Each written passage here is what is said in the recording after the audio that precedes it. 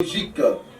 Le véritable homme politique est celui qui considère sa vocation comme un apostolat au service du bien-être de son peuple. L'opinion se souviendra qu'en son temps, dans la salle de conférence de la paroisse Notre-Dame de Fatima de Kinshasa-Gombe, par notre voix, nous avions sans embâche coopté et déclaré ouvertement Étienne Tshisekedi wa Mulumba comme candidat commun de l'opposition, Félix Antoine Tshisekedi Tshilombo, chef de l'État, fils biologique et idéologique du leader Maximo, comme candidat commun du peuple à l'élection présidentielle de décembre 2023.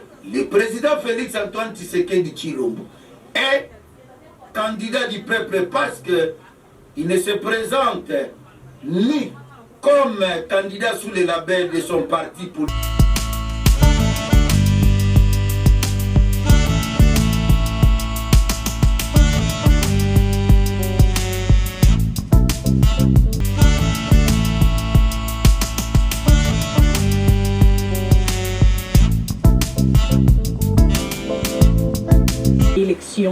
La Cour constitutionnelle va bientôt publier la liste définitive des candidats à la présidentielle du 20 décembre prochain.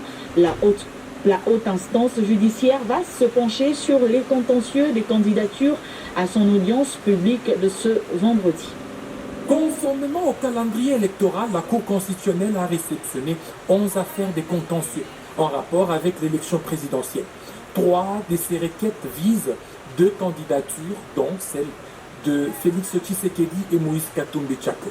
La première requête est l'œuvre de Seth Kikouni, également candidat à l'élection présidentielle. Ce dernier appelle la Cour constitutionnelle à invalider la candidature du président Félix Tshisekedi pour défaut de qualité. Dans sa démarche, cet ancien candidat du même scrutin de 2018 indique que le président en fonction a postulé avec une identité différente de celle qui l'avait permis de remporter l'élection de 2018. À l'élection présidentielle de 2018, il avait postulé, proclamé par arrêt de la Cour constitutionnelle sous l'identité de Tshisekedi Tshilombo Félix. Mais à la prochaine élection présidentielle du 20 décembre 2023, il a déposé sa candidature sous une autre identité, à savoir Tshisekedi Tshilombo Félix Antoine, en violation du principe de l'immuabilité du nom consacré en droit congolais. Dans l'autre chapitre de contentieux, c'est la candidature de Katumbi qui est visée par 2 actions, celle d'un certain Chiwadi Massanga Junior et du candidat Noël Tchani. Le premier invite la haute cour à invalider la candidature de Moïse Katumbi, notamment pour défaut de nationalité, mais aussi pour des faits de corruption et transfert illégal des minéraux vers une autre destination. Le second initiateur de la proposition de loi sur la nationalité, baptisée de père et de mère, Noël Tchani, invite également la Cour constitutionnelle à rejeter la candidature de Katumbi pour défaut de nationalité congolaise d'origine. Ce dernier, dont la proposition a été alignée au niveau du Parlement, souhaite que les législateurs limitent l'accès à la présidence de la République et autres fonctions de souveraineté aux seuls Congolais nés de parents également congolais. Par ailleurs, 8 autres requêtes ciblent la Commission électorale nationale indépendante. Les audiences publiques s'ouvrent ce vendredi 27 octobre jusqu'au 29 octobre pour examiner ces contentieux. En dehors de ces requêtes, la Cour va également procéder à l'examen de chaque dossier pour la conformité avec la Constitution. La liste définitive des candidats est attendue le 18 novembre, un jour avant les débuts de la campagne électorale. Pendant ce temps, une agitation s'observe dans l'opinion sur les dossiers de quelques candidats. Des réactions vont dans tous les sens. Le dernier en date est celle d'Alexine Tambwe Mwamba, l'ancien ministre de la Justice, qui prend la défense de Moïse Katumbi concernant sa nationalité. L'ancien président du Sénat affirme avoir délivré un certificat de nationalité congolaise à Moïse Katumbi Tshako. Quelle décision prendra la haute cour dans le dossier sur la nationalité des Katumbi. Après Moretti, Tambo Mwamba vient d'apporter un éclaircissement sur la nationalité de l'ancien gouverneur du Grand Katanga. Les sénateurs du Maniema referment les débats sur la nationalité prétendue italienne de Moïse Katumbi. L'ancien ministre de la Justice, interrogé sur RFI, a confirmé avoir délivré un certificat de nationalité à Moïse Katumbi. Et ce certificat n'a jamais été annulé. Sur le cas de Moïse Katumbi, je voudrais dénoncer à bon port le processus électoral devant aboutir à l'élection présidentielle couplée aux législatives et communales du 20 décembre 2023. Le but de notre visite, de ma visite, est de mieux comprendre quelle est la situation ici en RD Congo avant les élections et surtout comment IFES peut aider le Sénat en préparant les élections. Évidemment, le Sénat a déjà fait beaucoup pour préparer les élections et j'ai félicité le président Kadima pour tout ce que le Sénat a fait, soit le fichier de voteurs. Avant de prendre les commandes de cette institution, Anthony Bambori a eu une longue carrière au sein de l'ONU et du gouvernement des États-Unis en tant que directeur, puis directeur principal de la démocratie, des droits de l'homme et des opérations internationales au Conseil national de sécurité et conseiller politique principal au sein du groupe de travail sur les Balkans au ministère de la Défense, mais aussi sous-secrétaire général à l'appui aux missions. Dans le même registre, en marge des élections de décembre prochain, le Conseil supérieur de l'audiovisuel et de la communication a attiré l'attention de la presse ce jeudi, la presse audiovisuelle, les candidats à l'élection présidentielle et la société civile sur leur production au cours de cette période en vue de ne pas tomber dans la pré-campagne électorale et de respecter la loi en vigueur.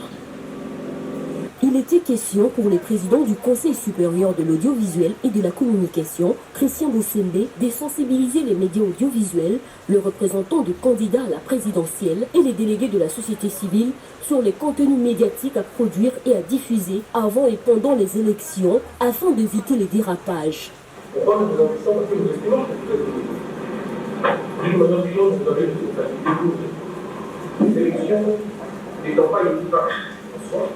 Les élections ne définissent pas forcément la vie. Après les élections, la vie continue.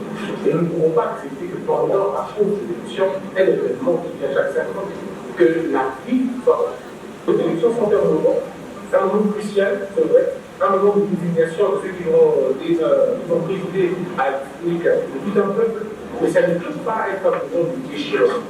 Au cours de cette période, les médias ne doivent pas diffuser des chansons, des clips, de jeux, de spots, des proverbes, des communiqués, scénettes, écrits satiriques et caricatures qui sont des natures à inciter à la haine, à toutes les formes de discrimination ou à mettre en péril la cohésion nationale. Et pendant la période électorale, tous les médias sont astreints à observer une grande rigueur dans la collecte, les traitements, la programmation et la diffusion de l'information. Les médias sont également tenus de respecter les textes légaux et réglementaires régissant la profession, ainsi que l'éthique et la déontologie des journalistes congolais. Autre chose, parlons éducation à présent, c'est une bonne nouvelle pour les élèves. Bientôt, des écoles d'urgence pour les déplacés de guerre seront construites dans les différents camps des déplacés de guerre de Boulongo et Niragongo Nord Kivu.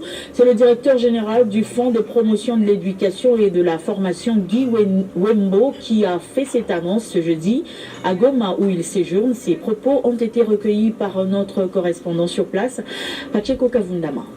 Sous recommandation du président de la République, nous avons reçu un courrier de la province, du gouverneur de province, pour aider la province à scolariser les enfants qui sont déplacés de guerre.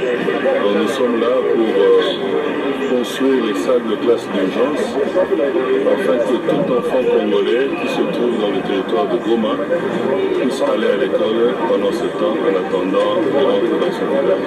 Nous avons 20 salles qu'on doit construire en urgence. Après Goma, nous allons au sud Kivu où il y a aussi une situation de catastrophe, comme nous avons suivi dans les médias, où on doit remettre les enfants à l'école. Malaise des élèves du lycée Mwanga évoluant provisoirement au lycée du Idi. La gouverneure du Lualaba, Marie-Thérèse Masuka, a annoncé l'évolution satisfaisante des travaux de réhabilitation de la partie des bâtiments du lycée Mwanga endommagés par l'incendie du 24 avril dernier. Internés dans la salle de réanimation de l'hôpital du personnel Jekamine Kolosi HPK et à la clinique Mwangeji, les élèves du lycée Mwanga ont bénéficié de la visite de la gouverneure du Lualaba dans la soirée de mercredi des écolières qui évoluent momentanément au lycée Djoudi de la commune Manika après l'incendie de leur bâtiment en avril dernier ont été victimes d'un malaise de suite à la chaleur et à l'exiguïté de leur salle de classe le mardi 24 octobre 2023. Accompagné de son ministre de l'Intérieur, celui de la Santé, de l'Éducation, de sa commissaire générale en charge des affaires sociales et humanitaires, du maire adjoint de Kolosi et du bourgmestre de la commune Manika, Marie-Thérèse Masuka Saini est allée immédiatement à la rescousse. Dans la salle de réanimation HPK, 4 cas sont internés et leur état s'améliore. Arrivé à la clinique Mwangeji sous la conduite du médecin directeur de l'hôpital général de référence portant le même nom, l'autorité provinciale a visité toutes les salles où étaient admises 23 autres élèves touchés. Naturellement très compatissante, tenant tendrement chaque patiente, Masuka Saini a glissé quelques mots d'encouragement à l'oreille de chacune. Elle a ordonné la prise en charge sanitaire et psychologique. Les enfants sont tombés, elles ont dit c'est la chaleur et tout. Et je pense s'il y a un surnombre, nous devons chercher une solution parce que nous avons encore beaucoup de mois devant nous pour arriver à la fin de l'année. Avant de quitter l'hôpital général de référence Mwangeji, la gouverneure Masuka s'est donné le temps de réconforter les rescapés de l'accident survenu récemment sur la route Muchacha-Kasaji. Les médecins Gracia Mitonga et Marc Yumba, respectivement chirurgiens et pédiatres, ont exprimé leur optimisme sur l'évolution de tous les patients. Au total, nous avons libéré 16 malades. Et nous avons resté avec 7 malades. Marie-Thérèse Masuka a remis une enveloppe à chaque patient rencontré et à toutes les médicales mobilisées depuis mardi 24 octobre. Et puis sachez que la paye des fonctionnaires de ces mois d'octobre connaîtra un léger retard dû aux multiples opérations liées à l'intégration des nouveaux agents dans le système. C'est ce qu'a rapporté Flori Mapamboli, président du comité de suivi de paye au sortir de l'audience lui accordée par le vice-premier ministre en charge de la fonction publique, Jean-Pierre Liao. Quelques jours de la fin du mois d'octobre, le vice-premier ministre, ministre de la fonction publique, Jean-Pierre Liaou, a reçu le président Haï du comité de suivi de la paye des fonctionnaires, l'ordonnateur délégué du gouvernement, ainsi que le président de l'intersyndicale nationale de l'administration publique, INAP, venu lui faire rapport sur l'évolution de la préparation de la paye des agents publics de l'État du mois d'octobre. De ce rapport, il ressort que la paye de ce mois d'octobre connaîtra un léger retard dû aux multiples opérations liées notamment à l'intégration des nouveaux agents mécanisés dans le système. Les ajustements qui sont en train d'être faits, les ajustements décidés lors des travaux de banque syndicale et le gouvernement, mais aussi les nouvelles mécanisations font en sorte qu'il y ait beaucoup de travail à faire au niveau de la direction de la paie. Et cela engendrera certainement un glissement dans le paiement des salaires du mois d'octobre. Nous nous sommes dit, est-ce que c'est important de faire une paye complémentaire pour les ajustements, pour l'application de la grille barémique, etc. On a dit non, on accepte un petit retard qui serait 10 jours, 11 jours maximum. Avant de présenter leur rapport au vice-premier ministre, ministre en charge de la fonction publique Jean-Pierre Liaou, l'équipe a été dans tous les services de la direction de paye pour se rendre compte de la façon dont les agents de cette direction préparent des états de paye pour permettre à l'ensemble de l'administration publique du pays d'être payés dans des bonnes conditions malgré le petit retard enregistré. Et puis l'Alliance des pros Étienne Tshisekedi Wamulumba invite les acteurs politiques congolais à pérenniser le noble combat d'Étienne Tshisekedi Wamulumba, d'heureuse mémoire, mais aussi de soutenir la vision de son fils biologique Félix Tshisekedi, qui continue de garder les idéaux de celui que l'opposant congolais Jean-Pierre Lisanga Bonganga considère comme un véritable homme politique. Pour les sphinx délimité, notre père biologique, le véritable homme politique est celui qui considère sa vocation comme un apostolat au service du bien-être de son peuple. L'opinion se souviendra qu'en son temps, dans la salle de conférence de la paroisse Notre-Dame de Fatima de Kinshasa-Gombe, par notre voix, nous avions sans embâche coopté et déclaré ouvertement Étienne Tshisekedi Wamulumba comme candidat commun de l'opposition à la présidentielle de 2011. 12 ans après, fidèles à nos idéaux pré-rappelés, nous déclarons Félix Antoine Tshisekedi Tshilombo, chef de l'État, fils biologique et idéologique du leader Maximo, comme candidat commun du peuple à l'élection présidentielle de décembre 2023. Le président Félix Antoine Tshisekedi Tshilombo est candidat du peuple parce qu'il ne se présente ni comme candidat sous le label de son parti politique IDPS Tshisekedi, ni sous celui de l'Union sacrée, encore moins de toute autre formation ou organisation politique généralement quelconque. Le président Félix Antoine Tshisekedi Tshilombo s'affirme donc comme le candidat unique du peuple congolais qui désormais doit s'approprier sa candidature unique, celle capable d'assumer son destin politique et son bien-être social. De son côté, la députée nationale élue de la Funa, Colette Chomba, a effectué une série de visites d'inspection dans 2 sites, notamment à Ngiringiri pour l'inauguration du siège de la dynamique Mama Ndemo Bateli et à Selembao au chantier du forage moderne qu'elle construit pour la population avant de chuter par un échange avec les femmes de Kasavubu.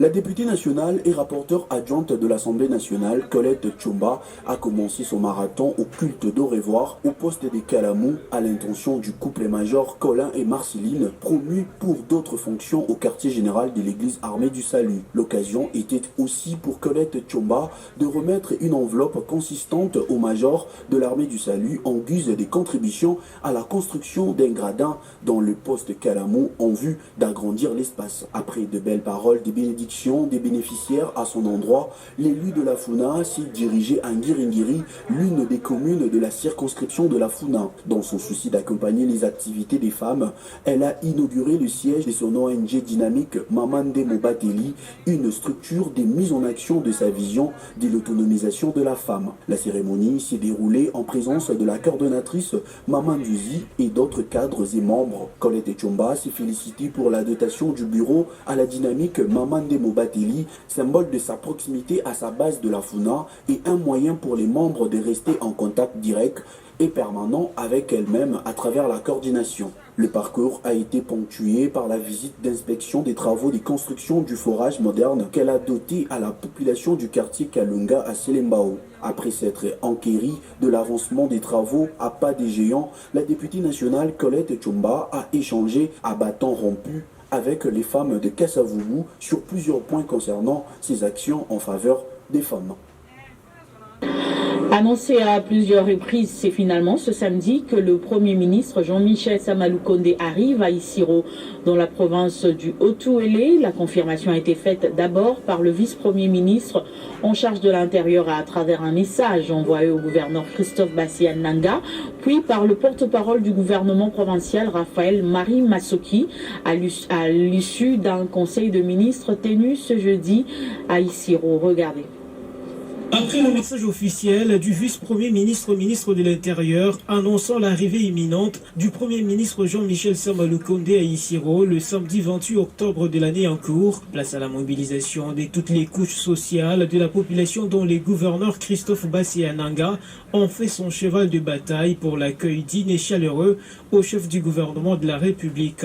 C'est ici autour des membres du gouvernement provincial réunis en Conseil des ministres extraordinaire ce jeudi pour ce faire. Le Conseil s'est en outre félicité de la confirmation officielle par son Excellence, Monsieur le Vice-Premier ministre, ministre en charge de l'Intérieur, de l'arrivée de son Excellence, Monsieur le Premier ministre, dans le Haut-Uélé ce samedi 26 octobre 2023, invite ainsi, à la suite de son Excellence, le gouverneur de province, honorable Christophe Bassian Nanga, à une forte mobilisation en vue de réserver un accueil chaleureux à l'hôte de marque, son Excellence Jean-Michel Sama Lukonde, Premier ministre et chef de gouvernement. Avec cette mobilisation tous azimuts, l'arrivée du Premier ministre Jean-Michel Sama Lukonde est déjà perçue comme voie des solutions à certains problèmes du Haut-Uélé pour son développement souhaité par toute la population.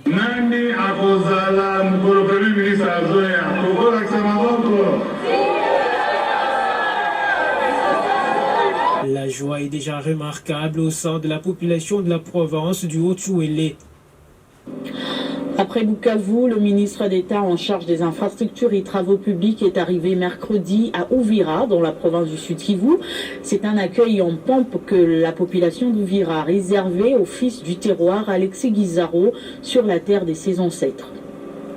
Accompagné du gouverneur de la province du Sud-Kivu, Théo Ngouabidje, le ministre d'État en charge des infrastructures et travaux publics a pris la route de Bukavu en direction de la ville d'Uvira. Un fils du terroir, Alexis Guissaro, a fait la joie de ses frères et sœurs de cette partie du pays qui l'ont poussé à descendre de sa Jeep 4x4 pour communiquer avec sa base. C'était le cas à Katuguta, dans les groupements des Itara, à Bouéguera et à Kiliba, pour ne citer que ces endroits.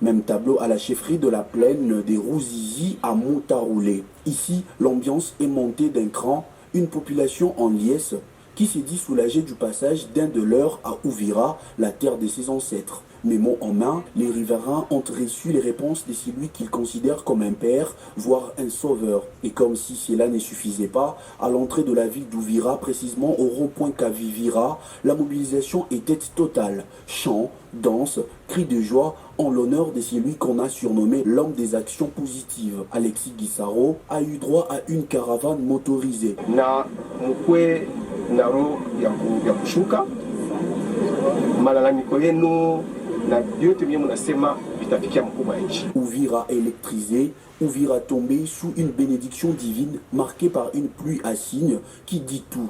C'est le maire de la ville d'Uvira, Kizamwa Tondita, qui a accueilli les ministres d'État Alexis Guissaro comme dans la tradition sud-kivusienne. Le rythme ancestral a fait vibrer le fils du coin. À Kalemi, dans la province du Tanganyika, le gouverneur Julie Ngungwa a lancé l'opération de l'urbanisation de la ville de Kalemi en s'attaquant à toutes les constructions anarchiques et surtout celles ayant spolié les domaines publics. La chef de l'exécutif provincial du Tanganyika, Julie Ngungwa Mayuma, pétrie d'une volonté extrême de faire décoller sa province, a opté pour une politique de terrain en dépit des nombreuses tâches administratives du bureau. Ce jeudi 26 octobre 2023, le secteur de l'urbanisme n'a pas loupé à son agenda. Les avenues qui longent la bretelle Kaosé, qui relie le boulevard Lumumba au boulevard Jikaka, ont été visitées au motif de les urbaniser pour la bonne image de la ville de Kalemi, miroir de la province du Tanganyika. Ainsi, plusieurs constructions ayant empiété l'emprise publique ont été marquées pour redimensionnement et ce, dans une satisfaction soutenue par les propriétaires que des passagers.